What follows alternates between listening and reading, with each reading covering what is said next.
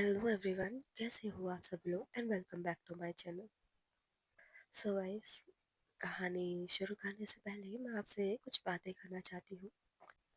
हम मैं देख रही हूँ आप लोग आजकल वीडियो सुनते हो लेकिन लाइक नहीं करते। सो गाइस, ये स्टोरी शुरू करने से पहले आप सभी लोग वीडियो को लाइक कर दीजिए एंड आपको स्टोरी में कौन सा पार्ट पसंद आया ये भी कमेंट सेक्शन में बता दीजिए। सो बिना किसी देरी के शुरू करते हैं। आप लोगों ने तो प्रीवियस पार्ट में देखा ही होगा, सानवी जब मॉर्निंग में उठती है तो वो देखती है कि उसने जितने भी चीज़ें फैलाई थी वो सारी अपनी जगह पर है एंड उसके शूज़ भी उसके पैरों पर नहीं है। सो वो समझ जाती है कोई तो है जो उसकी हेल्प करना चाह रहा है, कोई ऐसा जो उसके दिल के बहुत करीब है। एंड हमें प्रीवियस पार्ट में पता चलता है सानवी की फर्स्ट लव भी थी एंड उसका नाम था त्रिशा। लेकिन सानवी के डैड को इन दोनों का प्यार अच्छा नहीं लगता। सो इसीलिए वो त्रिशा को सानवी से दूर करने के लिए त्रिशा को मार देते हैं। एंड जब सानवी को ये पता चलता है कि इन सब के पीछे उसके डैड और उसके मामा का हाथ था, सो वो घर में सबसे बात करना बंद कर देती है। एंड हाँ, वो अपने मॉम डैड से दूर अपना एक अपार्टमेंट खरीद लेती है। एंड हमें दिखाया जाता है सानवी लिविंग रूम में बहुत ज़्यादा ज़ोर ज़ोर के चिल्ला चिल्ला कर रो रही थी कि एक बार मेरे सामने आ, मुझे बस तुम्हें देखना है। लेकिन उसके सामने कोई नहीं आता। अब उसे रोते हुए 2 घंटे हो चुके थे। वो थक हार के उठती है एंड सोफे पर जाकर थोड़ी देर बैठती है। लेकिन कब उसकी आँख लग जाती है और वो नींदों में खो जाती है। एंड यहाँ से सीन शिफ्ट होता है आयशा के रूम पर। आयशा जल्दी से सुबह सुबह उठती है, शावर लेने के लिए चले जाती है। शावर लेने के बाद वो अपने आप को ड्रेसअप करती है एंड वो एक बैग में बहुत सारे सामान डाल रही थी। हम तो नहीं पता कि आयशा उस बैग में क्या सामान डाल रही थी, लेकिन वो जो भी कुछ डाल रही थी वो बहुत डरावना था। ऑफ कोर्स यार, उसको सानवी से रिवेंज लेना है तो ऑफिस में वो कुछ तो धमाल करेगी ही करेगी। एंड तभी आयशा का डोर ओपन था, इसीलिए उसकी दी नूर डोर पर आकर खड़ी होती है एंड कहती है, क्या इरादा है कि सानवी मेहता को तुम्हें मारना है? मुझे तो नहीं लगता कि तुम आज उसे छोड़ने भी वाली हो, क्योंकि जैसे सामान तुम अपने बैग में डाल रही हो ना, पक्का आज सानवी को बहुत कुछ झेलना पड़ेगा। एंड तभी आयशा एक डेविल वाली स्माइल के साथ कहती है, वो तो है दी। हम अब देखो तो सही, उस सानवी ने किससे पंगा लिया है? आयशा रॉय से लिया है उसने पंगा। अब उसे तो बताना ही पड़ेगा कि मैं क्या चीज़ हूँ। एंड अब नूर उसको देखते हुए कहती है, हाँ बाबा हाँ, बाद में बता देना, लेकिन अभी नीचे आओ ब्रेकफास्ट करने के लिए, मॉम बुला रही है। वो इतना कहकर वहाँ से चले जाती है। आयशा भी अपने बैग को पैक करती है एंड लिविंग रूम में आती है। वहाँ सब लोग डाइनिंग टेबल पर बैठे हुए थे, सब अपना अपना ब्रेकफास्ट कर रहे थे। आयशा भी जाती है अपना ब्रेकफास्ट करती है। तभी उसके दादू उसके बैग को बहुत ज़्यादा ही ध्यान से देख रहे थे एंड तभी अशोक अपने दादाजी को कुछ कहती है, इतना धीरे कि सिर्फ और सिर्फ उन्हें ही सुनाई दे। एंड वो कहती है, आज जो भी कुछ सोच रहे हो ना, वो सही ही सोच रहे हो, क्योंकि इस बैग में सानवी को परेशान करने के लिए बहुत सारी चीज़ें हैं। आज तो पक्का सानवी गई मेरे हाथों से। एंड उसके दादू उसको कहते हैं, लेकिन इतनी सारी चीज़ें, तुम कहीं उसे मारने का तो प्लान नहीं बना रही? लेकिन आशु अपने दादू को कहती है, हाँ बस ऐसा ही कुछ समझ लीजिए। एंड एंड वो अपने चेयर से उठती है, सबको बाय बोलती है एंड ऑफिस के लिए निकल जाती है। ऑफ कोर्स वो ऑफिस तो ऐसे जाती थी जैसे उसके डैड का ही ऑफिस हो। सो वो ऑफिस लेट पहुंचती है। सारे एम्प्लॉयज आ चुके थे। ऋषभ ऑफिस में एंट्री लेती है। उसके सामने बहुत सारे एम्प्लॉय घूम रहे थे, कुछ बात कर रहे थे तो कुछ फोन में लगे हुए थे। लेकिन तभी अशु के सामने से बहुत सारे मेल एम्प्लॉयज जा रहे थे, एंड उन्हीं में से एक ईशान होता है, जो आयशा को फर्स्ट डे से जानने की कोशिश कर रहा था। जानना छोड़ो, वो उससे फ्रेंडशिप करने की कोशिश कर रहा था। लेकिन हमारी अशु तो उसे भाव तक नहीं देती है। अशु ऑफिस में एंट्री लेती है एंड वो सीधा अपने डेस्क पर जा रही थी। लेकिन ईशान उसका रास्ता रोकते हुए कहता है, ओह मिस आयशा, गुड मॉर्निंग। लेकिन अशु उसको तो देखती तक नहीं है, एंड उसे इग्नोर करते हुए अपने डेस्क के पास चले जाती है। एंड वहां पर खड़े हुए ईशान के फ्रेंड्स हंस रहे थे, एंड वो कहते हैं, देखा, हमने तो बोला ही था, ये लड़की तेरे हाथों में आने ही नहीं वाली, क्योंकि उसका एटीट्यूड देखा है तूने। पूरे ऑफिस में वो किसी से बात नहीं करती, और तुझे लगता है वो तुझसे बात करेगी। लेकिन तभी उन्हीं में से एक एम्प्लॉय कहता है, शायद मैंने इस लड़की को कहीं तो देखा है, लेकिन समझ नहीं आ रहा कहाँ पर। निशान कहता है, तू 1 हफ्ते की छुट्टियों के बाद आ रहा है और तू कह रहा है कि तूने इस लड़की को देखा है, कोई चांस ही नहीं हो सकता। लेकिन उसका फ्रेंड उसे कहता है, नहीं ईशान, मैंने सच में देखा है इसे, लेकिन मुझे याद नहीं आ रहा। ईशान की पर्सनैलिटी अपने फ्रेंड्स में एकदम माचो पर्सनैलिटी थी, जैसे कि हर एक लड़की उसी के पीछे मरती हो।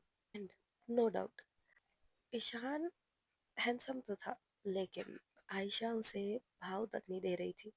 लिटरल वो उसे सबके सामने इग्नोर कर रही थी, एंड उसे एंड एंड आयशा जाने अनजाने में ईशान को बहुत ज़्यादा इरिटेट कर रही थी। एंड ईशान भी बहुत जिद्दी था। उसने तो अपने दिल में ठान लिया था कि वो आयशा को अपना बना कर ही रहेगा। वो कुछ लोग होते हैं ना, जिनको किसी भी सुंदर लड़की से अट्रैक्शन हो जाती है, एंड यही था ईशान। आयशा जाती है एंड अपनी सीट पर बैठती है, एंड ऑफ कोर्स उसने वो फाइल अभी तक कंप्लीट नहीं किया था। सो वो अपने फाइल को कंप्लीट करने में लग जाती है। 2-3 घंटे के बाद आयशा का वो काम हो जाता है। सो वो फाइल ओपन करती है, एंड उस फाइल के बीचों बीच एक स्नेक टॉय को रख देती है, जिसे देखकर सानवी डर जाए। एंड वो उठती है, वो सीधा जाती है सानवी के ऑफिस। लेकिन चेयर पर कोई भी नहीं होता, इसीलिए आयशा ऑफिस से बाहर आती है, एंड वो निया के पास जाती है एंड उससे पूछती है, "हम्म, निया, वो आज तुम्हारी वो खड़ूस बॉस आई नहीं क्या?" एंड तभी निया उसकी तरफ देखती है एंड कहती है, पता नहीं, मैं भी सुबह से वेट कर रही हूँ, और मैंने उन्हें कॉल भी किया था, लेकिन ना ही वो मेरी कॉल का रिप्लाई दे रही है, ना ही मैसेज का। पता नहीं आज वो क्यों नहीं आए। वैसे ये पहली बार हुआ है ऑफिस में कि उन्होंने ऑफिस की छुट्टी ली। यह सुनने के बाद आयशा के फेस पर 12 बज जाते हैं। उसका तो पूरा मूड खराब हो जाता है। निया उसे देखते हुए कहती है, अच्छा, लेकिन तुम क्यों पूछ रही हो, कुछ काम था क्या? आयशा वो फाइल उठाती है एंड निया के हाथों में पकड़ा देती है। आयशा वो फाइल को निया के हाथों में पकड़ा कर अपने चेयर पर बैठ जाती है, एंड ऑफ कोर्स उसके पास और भी काम होते हैं। सो आयशा अपने और कामों पर बिजी हो जाती है। सब लोग आज थोड़ा एंड आज ऑफिस में सारे एम्प्लॉयज़ बहुत ज़्यादा खुश थे, क्योंकि ऑफ कोर्स आज उनकी कंपनी की बॉस वो छुट्टी पर है। एंड अगर क्योंकि जब भी सानवी ऑफिस होती है तो उसे सारे एम्प्लॉयज़ काम करते हुए दिखने चाहिए। अगर कोई भी इधर उधर घूमता हुआ दिखा या ही बात करता हुआ दिखा, उसे सानवी का गुस्सा और उसकी पनिशमेंट को सहना पड़ता था। आज सारे एम्प्लॉय बहुत खुश थे, इसीलिए धीरे धीरे करके टाइम चले जाता है एंड आयशा का तो रिवेंज लेने का मूड ही खत्म हो जाता है। उसके फेस पर 12 बज रहे थे। वो पता नहीं क्या क्या सपने लेकर आई थी अपने घर से कि आज वो सानवी को ऐसे परेशान करेगी एंड लेकिन सानवी तो आज ऑफिस ही नहीं आई होती है। कुछ देर में लंच टाइम हो जाता है, इसीलिए सारे एम्प्लॉयज कैफेटेरिया में जा रहे थे, लेकिन सिवाय आयशा एंड निया के ये दोनों अभी भी अपना काम कर रहे थे। कुछ देर के बाद लंच टाइम ओवर होने के लिए सिर्फ और सिर्फ 5 मिनट थे। तभी आयशा के टेबल के सामने ईशान आकर खड़ा होता है एंड उसके हाथ में सैंडविच एंड जूस था एंड वो आयशा को सैंडविच एंड जूस ऑफर करता है, लेकिन आयशा तो ठहरी आयशा, वो उसको देखती तक नहीं है। उसका पूरा ध्यान फाइल पर था, तो उसे वो बिना देख कर ही कहती है, मुझे नहीं चाहिए, तुम यहाँ से जा सकते हो और मुझे मेरा काम करने दो। एंड अब ईशान आयशा को लेकर बहुत ज़्यादा गुस्से में आ रहा था, क्योंकि आयशा तो उससे बात तक नहीं कर रही थी। बात तक बात तक छोड़ो, वो तो उसे देख तक नहीं रही थी। और ईशान को तो अपने दोस्तों के सामने प्रूव करना था कि सानवी को वो अपनी गर्लफ्रेंड बना कर ही रहेगा। लेकिन आयशा तो उसके क्या ही कहने हैं। ईशान भी वहां से चले जाता है एंड ये सब निया देख रही थी।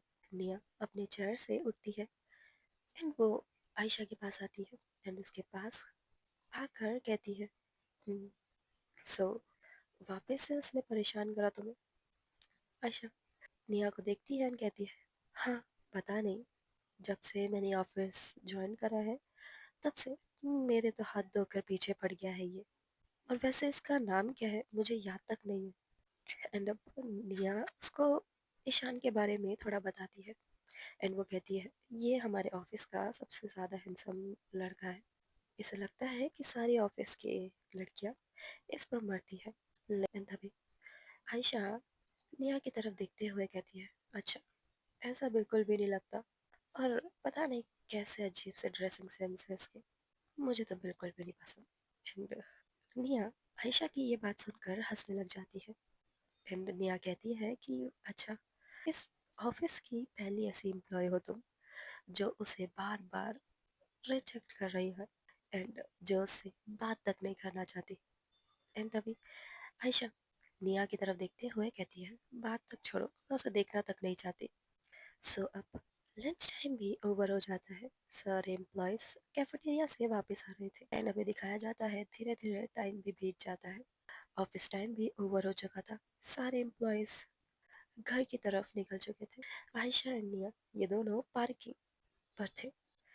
आयशा एंड निया ये दोनों पार्किंग एरिया में थे। ये दोनों कुछ बात कर रहे थे एंड तभी निया देखती है कि ईशान एंड उसके फ्रेंड्स सामने से आ रहे हैं। निया कार में बैठती है एंड आयशा भी कार में बैठती है।